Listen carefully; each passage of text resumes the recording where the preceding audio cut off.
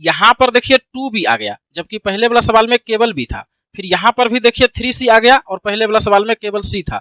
तो इस वीडियो में हम कंटिन्यूड फ्रैक्शन से रिलेटेड इस तरह के किसी भी सवाल को करने का सबसे आसान ट्रिक बताएंगे और इस तरह के सवाल को आप 8-10 सेकंड में कर सकते हैं। देखिए इस तरह का जो फ्रैक्शन लिखा रहता है इसको कंटिन्यूड फ्रैक्शन, सतत भिन्न या फिर लंगड़ा भिन्न कहते हैं।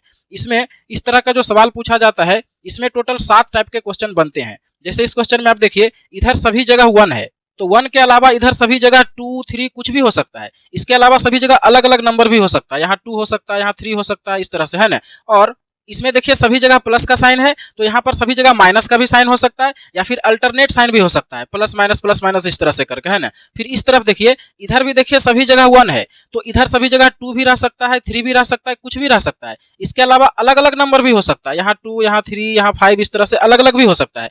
तो इस तरह का टोटल 7 टाइप का क्वेश्चन बनता है और सभी को करने का एकदम आसान ट्रिक हम इसके पहले वाले वीडियो में बताए हैं। अगर आपने नहीं देखा है तो उस वीडियो का लिंक इस वीडियो के डिस्क्रिप्शन में दिया हुआ है, यहाँ पर आई बटन में आप देख सकते हैं। इसके अलावा इंड स्क्रीन में भी लगा हुआ है। जैसे ही ये वीडियो लास्ट होगा वो वीडियो आपको स्क्रीन पर दिख जाएगा, उस पर क्लिक करके आप उसको देख सकते हैं। तो फिलहाल हम इस वीडियो में कंटिन्यूड फ्रैक्शन से जो अलजेब्रा का सवाल पूछा जाता है इसको करने के लिए सीखते हैं। इसके पहले अगर आपने हमारे चैनल को अभी तक सब्सक्राइब नहीं किया तो सब्सक्राइब करके नोटिफिकेशन बेल को ऑन कर लीजिए, क्योंकि हम डेली इस तरह का ट्रिक इस चैनल पर लेकर के आते रहते हैं।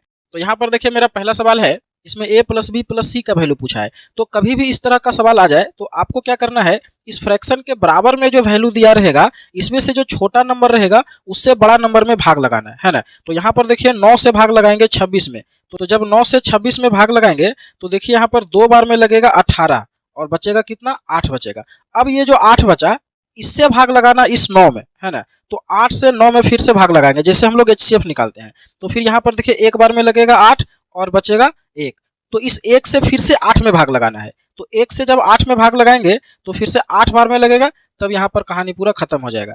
तो अब यहाँ पर देखिए इधर जो ये तीनों वैल्यू आया यही आपका है ए, बी और सी का वैल्यू। ये हो गया ए का वैल्यू, ये हो गया बी का वैल्यू और ये हो गया सी का वैल्यू। तो हमें निकालना है a + b + c, तो तीनों को जोड़ देंगे तो 2 और 1 3, 3 और 8 कितना होता है, 11। तो यहाँ पर ए ऑप्शन जो है सही हो जाएगा। बहुत आसान है, उम्मीद करते हैं कि आप इसको समझ पाए होंगे। एक और क्वेश्चन लेते हैं इसी तरह का। यहाँ पर देखिए, यहाँ पर भी देखिए इधर कितना दिया हुआ है, 17/60। तो यहाँ पर 17 से भाग लगाएंगे 60 में, तो 17 से भाग लगाएंगे 60 में, तो यहाँ पर कितना बार में लगेगा, 3 बार में लगेगा, 51 और बचेगा कितना, 9। अब ये जो 9 बचा इस 9 से फिर से भाग लगाना है 17 में, तो 9 से जब 17 में भाग देंगे तो एक बार में लगेगा 9 और बचेगा कितना, 8। इस 8 से फिर से 9 में भाग लगाएंगे, तो 8 से जब 9 को भाग लगाएंगे तो यहाँ पर एक बार में लगेगा 8 और बचेगा 1। इस 1 से फिर से 8 में भाग लगाएंगे, तो यहाँ पर जब भाग लगाएंगे तो 8 बार में जाएगा, तो यहाँ पर कहानी खत्म हो जाएगा। अब यहाँ पर देखिए क्या होगा, इधर जो ये सभी नंबर आया यही सभी आपका ABCD का वैल्यू होगा। ये हो जाएगा A का वैल्यू, ये हो जाएगा B का वैल्यू, ये हो जाएगा C का और ये हो जाएगा D का। तो यहाँ पर हमें देखिए सभी को गुना करना है, A × B × C × D का वैल्यू निकालना है। तो सभी को अगर आप गुना करेंगे तो 3 में 1 को गुना करेंगे 3 होगा, 3 में 1 को गुना करेंगे 3 होगा और 3 में 8 को गुना करेंगे तो 24 होगा। यानी कि यहाँ पर जो सही आंसर हो जाएगा वो 24 होगा, है ना। तो बहुत आसान है।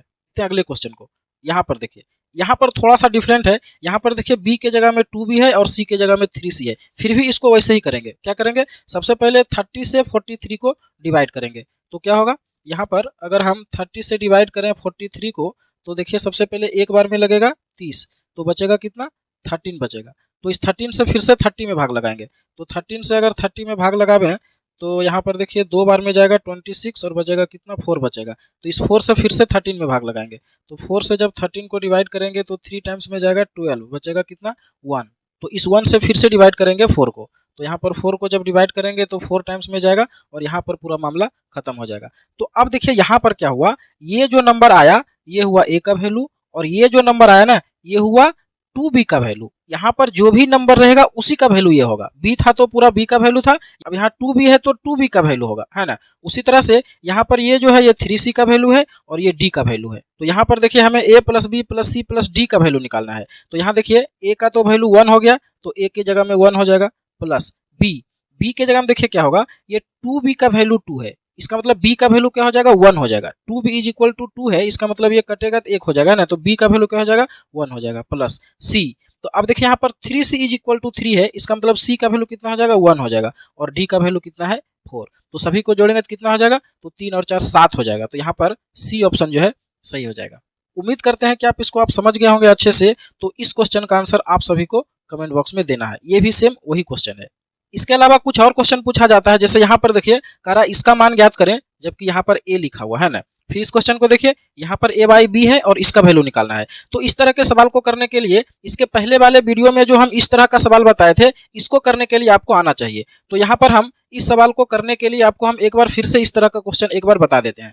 तो देखिए, कभी भी इस तरह का सवाल आ जाए, इसका वैल्यू निकालना हो, तो आपको क्या करना है, सबसे लास्ट में देखना है कौन सा फ्रैक्शन लिखा हुआ है। तो यहाँ पर देखिए सबसे लास्ट में 2/3 लिखा हुआ है, तो हम 2 और 3 को यहाँ पर अलग अलग लिखेंगे। अब क्या करेंगे, देखिए प्लस का साइन कितना जगह है, 1 2 3 4 5 जगह है, तो यहाँ पर 5 नंबर और लिखेंगे, 1 2 3 4 5। क्या लिखेंगे, तो यहाँ पर देखिए सभी जगह प्लस का साइन है, तो इन दोनों को प्लस करके लिखेंगे। तो 3 और 2 कितना हो जाएगा, 5। फिर इन दोनों को प्लस करेंगे, कितना हो जाएगा, 8।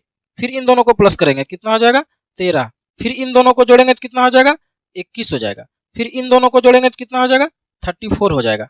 तो ऐसा करने के बाद लास्ट में जो दोनों नंबर बचेगा ना, यही आपका आंसर हो जाएगा। 34 को ऊपर लिखना है और 21 को नीचे लिखना है, यानी कि बड़ा नंबर को ऊपर लिखना है और छोटा नंबर को नीचे लिखना है। तो यही आपका आंसर हो जाएगा, यानी कि इस फ्रैक्शन का जो वैल्यू होगा वो 34/21 होगा। यहाँ पर एक चीज और आपको समझना है, जो कि हम पहले वीडियो में बताए थे। यहाँ पर देखिए 1 प्लस अगर नहीं रहता, यानी कि इतना सवाल रहता, तो यहाँ पर उल्टा हो जाता, छोटा नंबर ऊपर होता और बड़ा नंबर नीचे होता। यानी कहने का मतलब है कि अगर ये 1 प्लस नहीं रहता तो इस फ्रैक्शन का वैल्यू 1 से छोटा होता, इसीलिए छोटा नंबर ऊपर होता और बड़ा नंबर नीचे होता। लेकिन यहाँ पर 1 प्लस आगे दे दिया है, इसका मतलब 1 से बड़ा आंसर होगा, तो बड़ा नंबर ऊपर होगा और छोटा नंबर नीचे होगा। तो इस तरह का जो कंटिन्यूड फ्रैक्शन होता है, इसको ऐसे ही करते हैं। बाकी यहाँ पर और अलग अलग टाइप का क्वेश्चन बनता है, उसको कैसे करते हैं ये हम आपको पहले वीडियो में बताए हैं, उसको आप देख सकते हैं। अब देखिए यहाँ पर हम आते हैं इस क्वेश्चन में, यहाँ पर तो यहाँ पर भी देखिए सेम हम वही चीज करेंगे जो अभी किए थे। क्या करेंगे, सबसे पहले देखेंगे कि लास्ट में कौन सा फ्रैक्शन लिखा हुआ है। तो लास्ट में देखिए 1/a लिखा हुआ है, तो 1 और a को हम अलग अलग लिखेंगे। अब क्या करेंगे, देखिए प्लस का साइन कितना जगह है, 3 जगह है ना, तो यहाँ पर 3 नंबर और लिखेंगे। क्या लिखेंगे, तो यहाँ पर देखिए सभी जगह प्लस का साइन है, तो प्लस करके लिखेंगे। इन दोनों को प्लस करेंगे तो कितना हो जाएगा 1 + a या फिर a + 1 है ना। फिर इन दोनों को प्लस करेंगे तो कितना हो जाएगा, जब इन दोनों को जोड़ेंगे तो 2a + 1 हो जाएगा, है ना। आप देख सकते हैं 2a + 1। फिर इन दोनों को जोड़ेंगे, तो इन दोनों को जोड़ेंगे तो कितना हो जाएगा, ये हो जाएगा 3a और +2 हो जाएगा। तो मेरा आंसर जो होगा वो हो जाएगा 10/10, क्योंकि यहाँ पर देखिए 1 प्लस करके लिखा हुआ, इसका मतलब मेरा जो आंसर होगा उसमें से बड़ा नंबर ऊपर होगा, है ना। तो 3a + 2 ऊपर होगा और 2a + 1 नीचे होगा। तो आंसर हो जाएगा मेरा 3a + 2 और बाई 2a + 1, यही आपका आंसर हो जाएगा, है ना। देखते हैं इसके बाद वाले सवाल को। यहाँ पर देखिए, यहाँ पर फिर वही करेंगे। सबसे लास्ट में फ्रैक्शन क्या लिखा हुआ है, a/b, तो हम a और b को अलग अलग लिखेंगे। फिर देखिए प्लस का साइन कितना है, 1 2 3 4, इसका मतलब 4 नंबर और होगा, 1 2 3 4। क्या क्या होगा, तो सभी जगह प्लस का साइन है, तो प्लस कर करके लिखेंगे। तो इन दोनों को प्लस करेंगे तो कितना हो जाएगा, ये हो जाएगा a + b। फिर इन दोनों को प्लस करेंगे तो कितना हो जाएगा, तो ये हो जाएगा a + 2b। फिर इन दोनों को प्लस करेंगे तो कितना हो जाएगा, ये हो जाएगा 2a + 3b। फिर इन दोनों को प्लस करेंगे तो कितना हो जाएगा, यहाँ पर हो जाएगा 3a और +5b। तो ऐसा कर लिए। तो यहाँ पर देखिए फिर से आगे 1 प्लस करके लिखा हुआ है, इसका मतलब आंसर 1 से बड़ा होगा, तो हमें बड़ा नंबर को ऊपर लिखना है और छोटा नंबर को नीचे लिखना है। यानी कि जो आपका आंसर होगा वो हो जाएगा 3a + 5b और बाई 2a + 3b, यही आपका आंसर हो जाएगा। तो उम्मीद करते हैं कि आप इस तरह के सवाल को बहुत अच्छे से समझ पाए होंगे और ये वीडियो आपको अच्छा लगा होगा। अगर अच्छा लगा तो इसको लाइक और शेयर करिए और ऐसे ही वीडियो देखने के लिए इस चैनल को सब्सक्राइब कर लीजिए।